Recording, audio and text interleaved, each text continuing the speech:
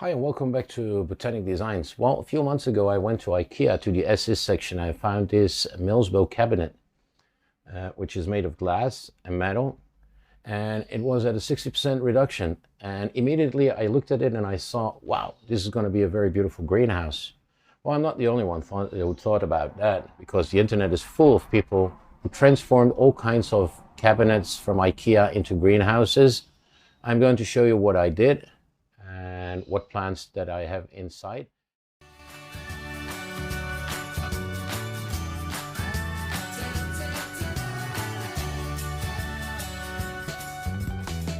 The nice thing is that I'm able to get a humidity between 85 and 96%. There are many plants that need this amount of humidity. For instance, aroids, also orchids, they do very well in this type of humidity. And I'm going to have a look with you at the plants that I have inside. But first of all, I want to have a look how I transformed this Milsbo cabinet into a greenhouse. So what do we need to transform this type of cabinet into a greenhouse? Well, first of all, we need some stripping. You need growing lights. I purchased my growing lights at Amazon. It's the 12-volt growing lights. I'm very, very satisfied with these growing lights. And then I also ordered some vents. I put a vent, at least one vent at every stage. Of course, I want to know what the humidity is, so I have this humidity meter. And afterwards, you just put in your plants. When you put new plants into the IKEA greenhouse that you have created, always pay attention and be careful not to put in plants that are full of pests and things like that, fungi. Because of the high humidity, you really have to be careful because of the fungi. I already once had a fungi going through the greenhouse. I had to throw away most of my plants. The other plants I was able to sterilize with alcohol, 70% alcohol. But since then, I'm very careful putting in new plants. I check them before. I spray on the pots and on the sticks and things like that, alcohol, just to be careful and just to know that the chance that there is a fungi or any other pest going into my greenhouse, I reduce. Well, my plants are not that expensive. They're not like $200, $300, $400, $500 that if something happens, that's the end of the world. So now I'm going to water the plants, and on the way I'm going to show you what I have over here. So let's start. In order to support my channel, please don't forget to press like and subscribe to my channel. So first, the Philodendron Silver Sword. I have a self-watering system. So I have a cotton wire going into the pot, and I have water over here. I use an IKEA pot, and this way I don't have to watch the watering every time. I hope you can see this. I like doing that. And now I'm going to change the water. Okay, so I changed the water, and that's it. The next one is the Philodendron Imperial Red. You can see it has very beautiful air roots. I changed the medium. I put it in a medium.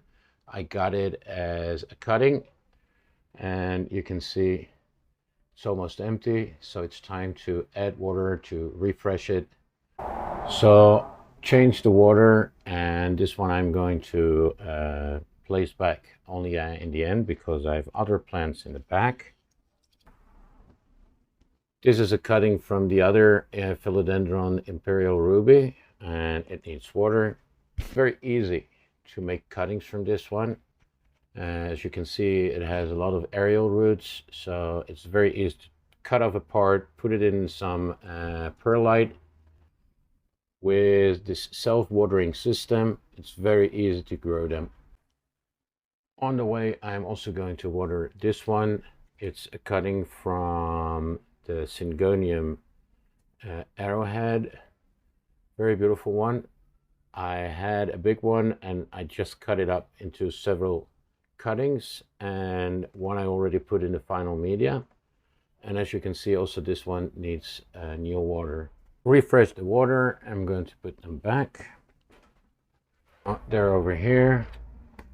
Here you can see, maybe I'm trying to grow some moss for my terrariums. These are Phalaenopsis orchids, and they got water already this week, so now I'm able to put back the Philodendron Imperial Ruby. This is something new I got, Venus flytrap. I want to put it in a semi-open terrarium, but still didn't have time to work on that one, so that's why I put it in my greenhouse. Again, Phalaenopsis orchid, and it's doing good. It's a mini orchid. In my latest video you can see how I split this Braccia Shallop Tolkien orchid into two, and today I was able to get a small one.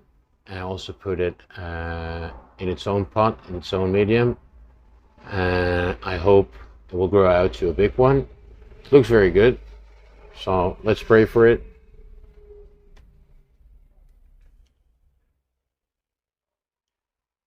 Another mini orchid, Phalaenopsis orchid. I love the color yellow, and it's flowering here within the greenhouse already something like 2.5 months, so it's very happy. I put water twice a week. Just have to check if the medium is wet or not. If it's dry, I put some water. I love this thing. Another one that I put in today, before I'm going to put it into a terrarium, is the Drosera capensis. You can see that it's very healthy. It has a sticky fluid on it here, as you can see. So that's a good sign.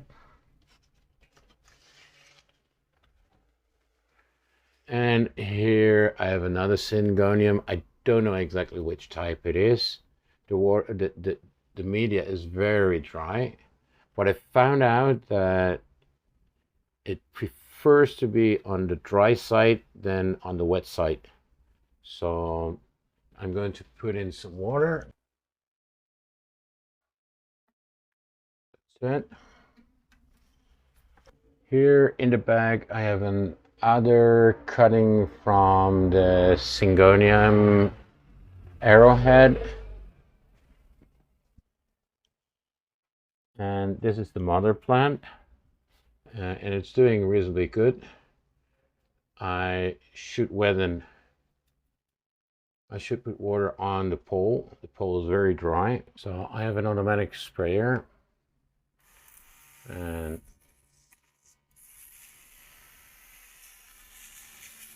I think I should do this more often.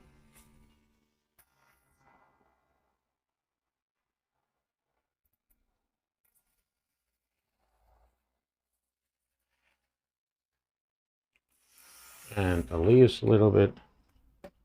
Here we have the Philodendron monkey mask. Some like to call it the Monstera adonisii.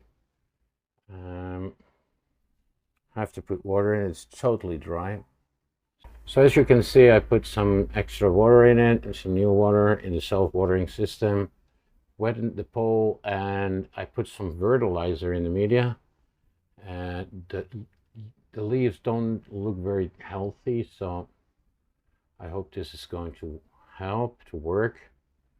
For the rest, it looks like a very healthy plant. A little story about the self-watering systems.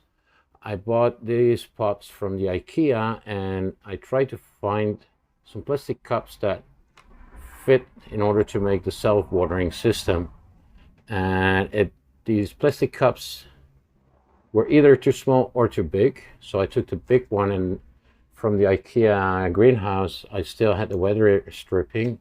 So I put that around the pot and that made it the perfect size. Here I have a keiki from the Orchid Wild, it's called. It's a smaller orchid, it's a Phalaenopsis orchid, but it has very small and white flowers. I also have a video on how I placed this keiki, and something like a week and a half already passed and it looks still very good. And now this one, it's the Silver Dragon. I love the leaves. The leaves are absolutely stunning. The only thing is that I see over here that it's getting a little bit white, and also on another leaf. Where's that one? Over here. I hope you can see that. Over here it's also getting a little bit white. I think I'm going to put some water on it, but let it drain and drain and drain, because it looks like there are some salts going to stand on the medium, so that's not good. So sometimes it happens that you will get something like this white stuff on your medium, and probably that's because you water without drainage. You just put every time a little bit of water, and all the water except for rainwater and air conditioner water or distilled water, it has minerals in it, and they don't have a chance to go through the medium. What you do is you put the plant under the tap, let the water stream, and it will take all the salts and minerals with it, and that's much better.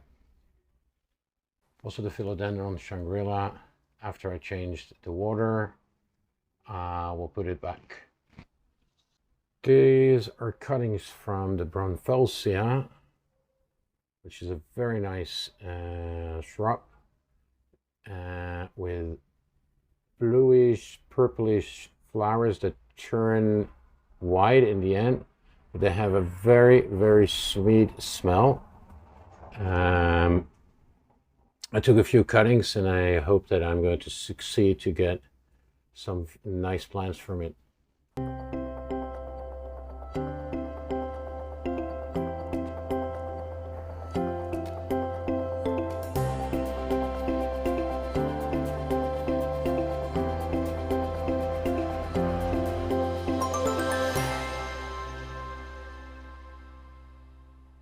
If you liked the video, please don't forget to like, subscribe, and to press the bell, and you will get an update every time I upload a new video. Hope to see you next time.